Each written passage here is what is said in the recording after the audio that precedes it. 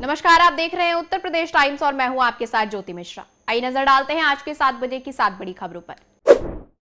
Supreme court ने बुधवार को उत्तर प्रदेश सरकार को बुलडोजर एक्शन पर फटकार लगाई है। दरअसल मामला यूपी के महाराजगंज जिले का है, जहां सड़क चौड़ीकरण प्रोजेक्ट के लिए घरों को बुलडोजर के जरिए ध्वस्त किया गया था। इस मामले में स्वतः संज्ञान लिया गया था, जिस पर सुप्रीम अदालत सुनवाई कर रही थी। सुप्रीम कोर्ट ने कहा है कि यूपी सरकार ने जिसका घर तोड़ा है उसे 25 लाख रुपए का मुआवजा देना है। सीजेआई डीवाई चंद्रचूड़ ने कहा है कि आप कहते हैं कि वो 3.7 वर्ग मीटर का अतिक्रमण करता था, हम इसे सुन रहे हैं लेकिन कोई प्रमाण पत्र नहीं दे रहे हैं।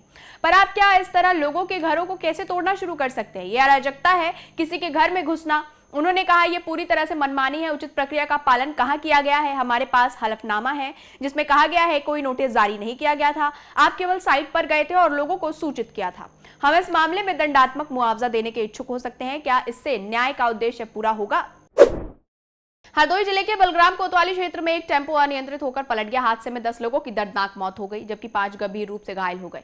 हरदोई में डीसीएम ट्रक ने ऑटो को रौंद दिया। ऑटो पलटा तो तेज रफ्तार ट्रक ने रौंदा। हादसे में 10 लोगों की मौत हो गई, 5 गंभीर है। मरने वालों में 6 महिलाएं और 2 बच्चे भी शामिल हैं। बताया जा रहा है कि हादसा रोशनपुर के पास बिल्हौर कटहरा स्टेट हाईवे पर हुआ। यहां एक डीसीएम के अचानक सामने आने से टेंपो अनियंत्रित होकर पलट गई। सूचना पर पहुंची पुलिस ने रेस्क्यू शुरू किया। मिली जानकारी के अनुसार रोशनपुर गांव के पास सामने से आ रहे डीसीएम के कारण टेंपो अनियंत्रित होकर पलटी। टेंपो में सवार लोगों में 7 लोगों की मौके पर ही मौत हो गई, जबकि 3 ने सामुदायिक स्वास्थ्य केंद्र में दम तोड़ दिया। भीषण सड़क हादसे का सीएम योगी ने संज्ञान लिया है। उन्होंने मृतकों के परिवार के प्रति संवेदना व्यक्त की है। साथ ही अधिकारियों को तत्काल मौके पर पहुंचने के निर्देश दिए और घायलों के समुचित उपचार की व्यवस्था करवाने के लिए कहा।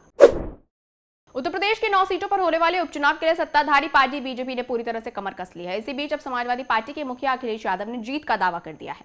सपा सांसद ने कहा है कि अयोध्या की जीत ने दिखा दिया है कि कुछ भी असंभव नहीं है। इसके साथ ही उन्होंने गाजियाबाद सीट का जिक्र कर जीत का दावा किया। सपा मुखिया अखिलेश यादव ने एक्स पर पोस्ट कर लिखा, लोकसभा चुनाव के उत्साहवर्धक परिणामों के बाद इंडिया गठबंधन और समाजवादी पार्टी को ये एक सुनहरा मौका मिला है कि वो गाजियाबाद में अपने संगठन की ताकत को दिखाए और भाजपा के सबसे बड़े शहरी गढ़ में ही उसे हराए। अयोध्या की जीत ने दिखा दिया है कि कुछ भी असंभव नहीं है।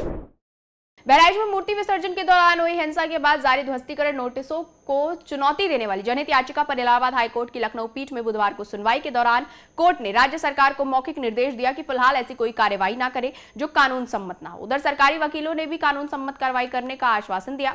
कोर्ट ने मामले में राज्य सरकार को 4 बिंदुओं पर जवाब दाखिल करने और याची को इन पर आपत्तियां दाखिल करने का समय देकर अगली सुनवाई 11 नवंबर को नियत की है।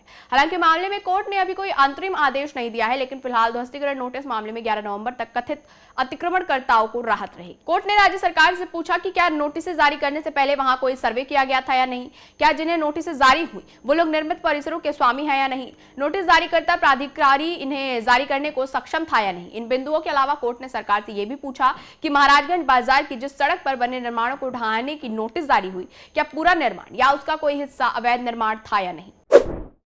गाजियाबाद में जिला सत्र न्यायालय के कोर्ट रूम में अधिवक्ताओं पर हुए लाठीचार्ज का मामला राष्ट्रीय मानवाधिकार आयोग नई दिल्ली पहुंच गया। विगत 29 अक्टूबर को गाजियाबाद में एक अग्रिम जमानत के मामले में पूर्व अध्यक्ष नाहर सिंह यादव और जिला और सत्र न्यायाधीश अनिल कुमार में तीखी बहस के बाद जिला सत्र न्यायाधीश अनिल कुमार द्वारा कोर्ट रूम में लाठीचार्ज का आदेश दे दिया गया, जिसके बाद पुलिस और प्रशासन द्वारा अधिवक्ताओं पर लाठीचार्ज कर दिया गया। इस दौरान कई अधिवक्ता गंभीर रूप से घायल हो गए। वाराणसी जिला के न्यायालय के अधिवक्ता अंशुमान त्रिपाठी ने राष्ट्रीय मानवाधिकार आयोग में ऑनलाइन शिकायत दर्ज कराई, जिसे आयोग द्वारा डायरी संख्या 18355 IN 2024 पर दर्ज कर लिया गया है।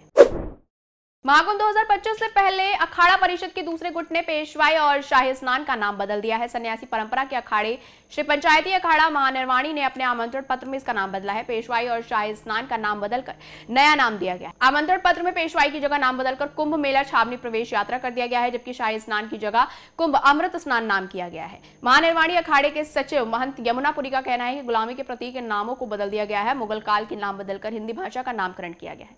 इसी कार्ड के जरिए अखाड़े के संत महंत महामंडलेश्वर और अन्य लोगों को आमंत्रण पत्र भेजा जा रहा है। आमंत्रण पत्र में 2 जनवरी 2025 को कुंभ मेला छावनी प्रवेश शोभा यात्रा बताया गया है। छठ पर्व पर 7 नवंबर को सार्वजनिक अवकाश रहेगा। एडीएम वित्त वंदिता श्रीवास्तव ने बताया कि डीएमएस राजलिंगम के आदेश पर 7 नवंबर बृहस्पतिवार को स्थायी सार्वजनिक अवकाश घोषित किया गया है। छठ के मद्देनजर Varanasi city Siwan Chhath special train का संचालन 6 से 11 नवंबर तक किया जाएगा। 05176 Varanasi city Siwan special train Varanasi city station से सुबह 8:45 बजे खुलेगी, जो दोपहर 2:15 पर सिवान पहुंचेगी। वापसी में ट्रेन संख्या 05175 सिवान वाराणसी सिटी स्पेशल सिवान से अपराह्न 3:15 पर खुलेगी और रात 8:45 पर वाराणसी सिटी पहुंचेगी। फिलहाल इस बुलेटिन में इतना ही। यूपी से जुड़ी तमाम बड़ी खबरों के लिए देखते रहिए उत्तर प्रदेश टाइम्स। धन्यवाद। हम हैं देश के दिल, उत्तर प्रदेश की धड़कन, उत्तर प्रदेश टाइम्स।